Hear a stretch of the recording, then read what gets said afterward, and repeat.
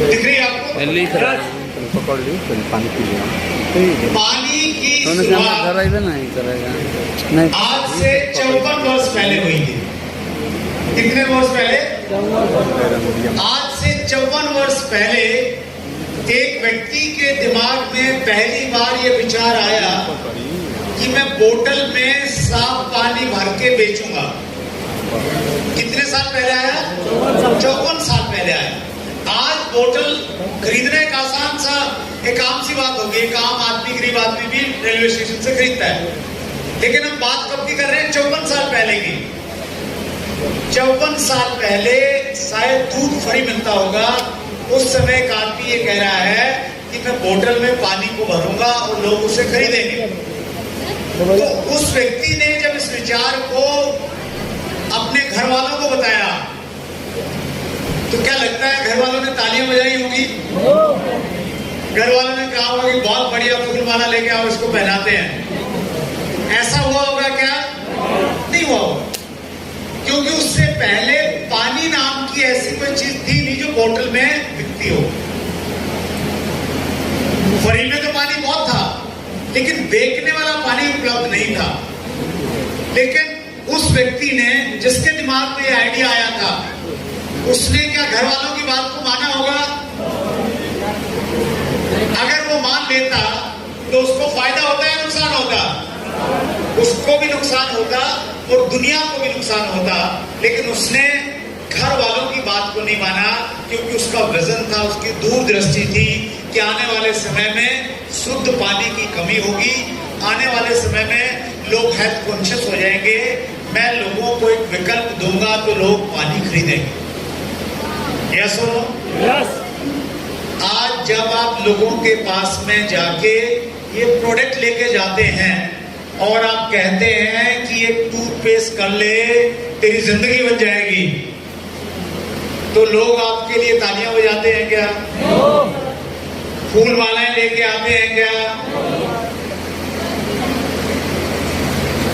कुछ लोग लोगों की बातों को सुन के रुक जाते हैं और आप जैसे कुछ लोग लगातार चलते रहते हैं उस व्यक्ति की तरह जिसने 54 साल पहले पानी का इजाद किया था, पानी को बोतल में भर के बेचा।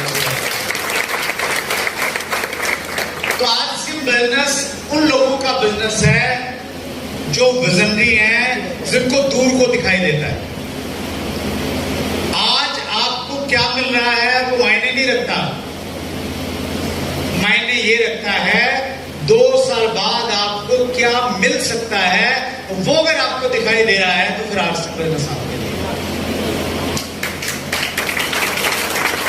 आरसी बिजनेस क्यों चलेगा? मैं कुछ लॉजिक्स के साथ, कुछ तर्कों के साथ आपको बताना चाहता हूं। डायरेक्ट सेलिंग जो बिजनेस है, जो भी प्लान दिखाया गया था थोड़ी देर पहले आपको, इसकी सही शुरुआत दुनिया में 1959 में मानी जाती है। कब मानी जाती है सर? 1959 1959 अमेरिका से मानी जाती है, यूनाइटेड स्टेट्स।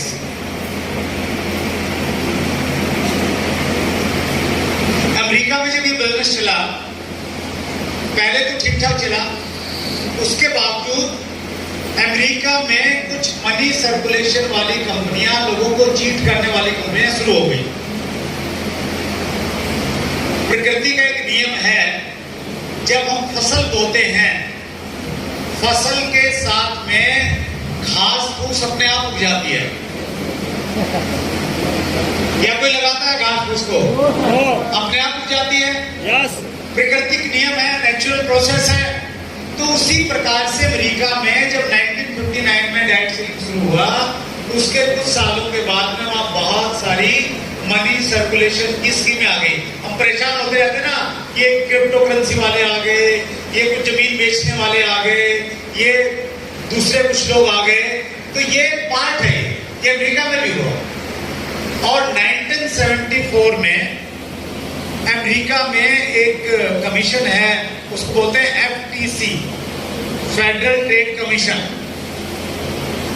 FTC ने पहले तो सब कंपनियों पे बैन लगाया और फाइनली उन्होंने एक ऑर्डर पास किया। उस ऑर्डर में उन्होंने बोला गाइडलाइन के अनुसार जो कंपनियां प्रोडक्ट बेस्ड तरीके से सही ढंग से काम कर रही थी, उनको अमेरिका में मान्यता प्राप्त हो गई।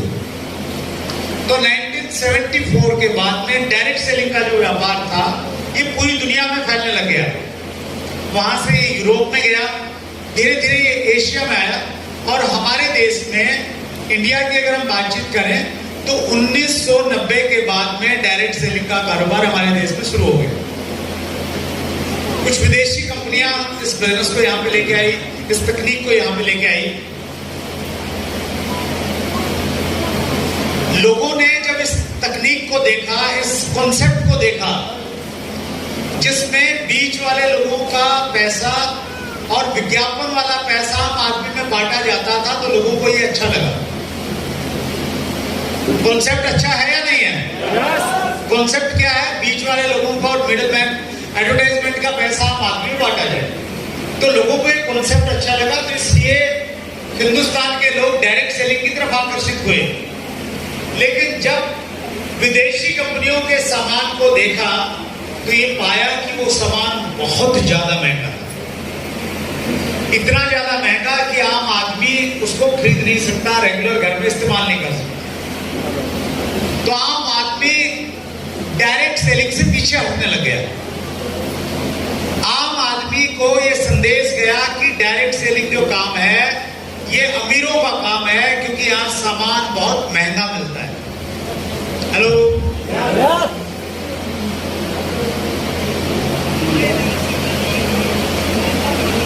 और उसी समय जब डायरेक्ट सेलिंग को लेकर बहुत सारा कंफ्यूजन था हमारे देश में,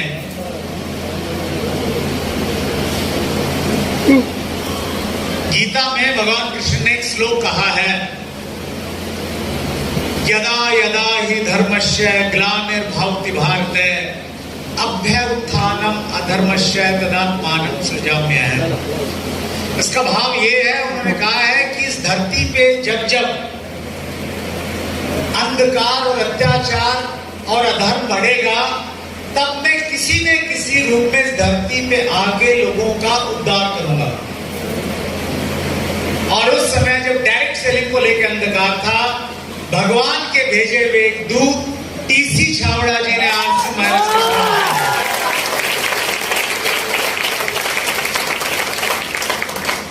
अगस्त 2000 में आरसी बिजनेस की शुरुआत हो गई।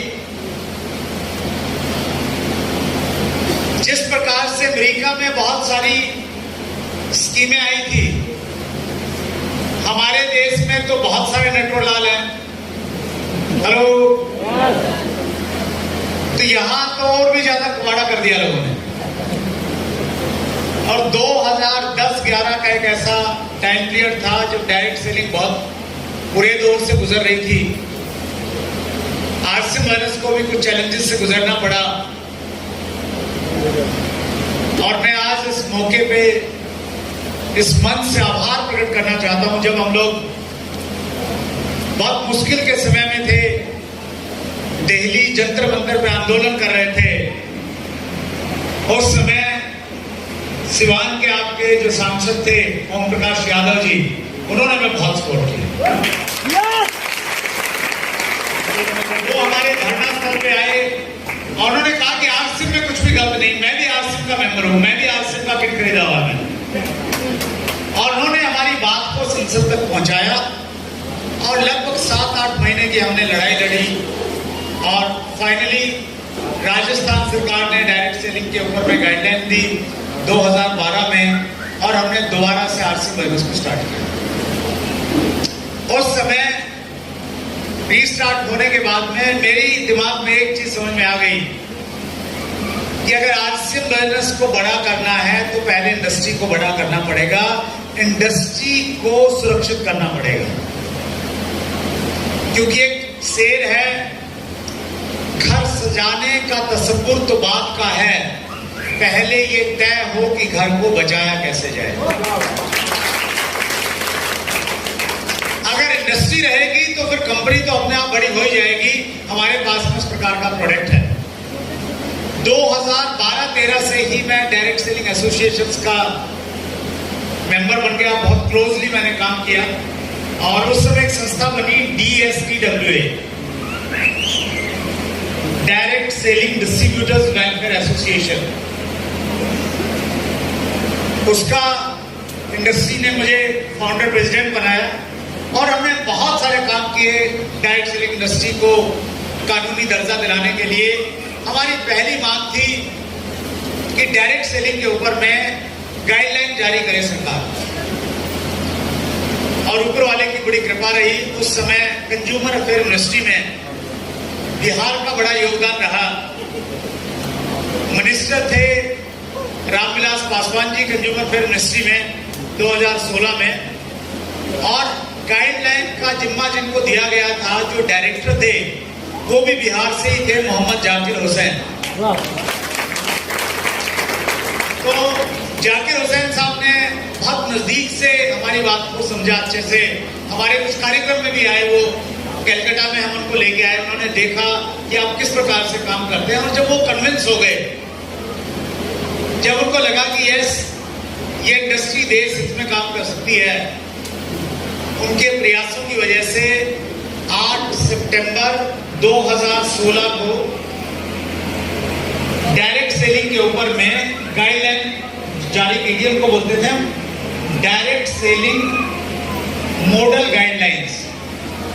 डायरेक्ट सेलिंग मॉडल गाइडलाइन हमारे बीच में आई। बहुत सारे कंफ्यूजन दूर हुए और डायरेक्ट सेलिंग इंडस्ट्री में एक पॉजिटिविटी क्रिएट हुई।